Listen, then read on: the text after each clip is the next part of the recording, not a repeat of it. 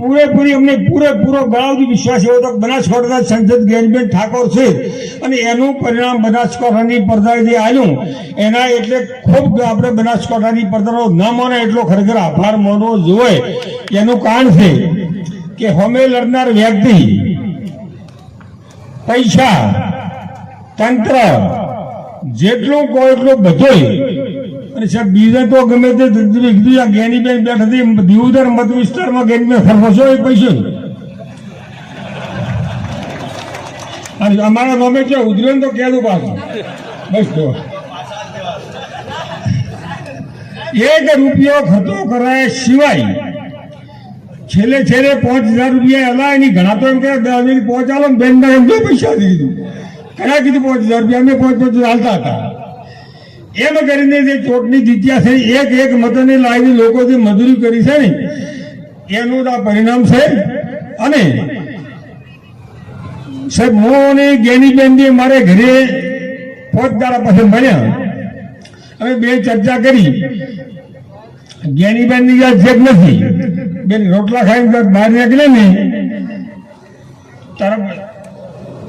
Weekend બધા સાક્ષી થઈ કે હવે સાહેબ જો તમે ટેકો કરશો તો તમે જાણી થશે અને હું કરીશ ને તો મને દોષી અમે નથી કર્યા તમને પાકો વિશ્વાસ હોય તમે હવે ન કરતો હશો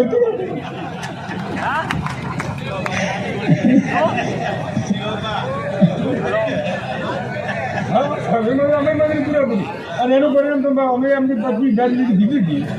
શું છો બેન ચૂંટણી ફાર્મ ભર્યા ચાલો અમે તમારે પડખે મારી વિચાર જવાબદાર 25,000 તમને મળશે. અને એનું પરિણામ કઈ હું નથી કહેતો આ વાત હું કરો ને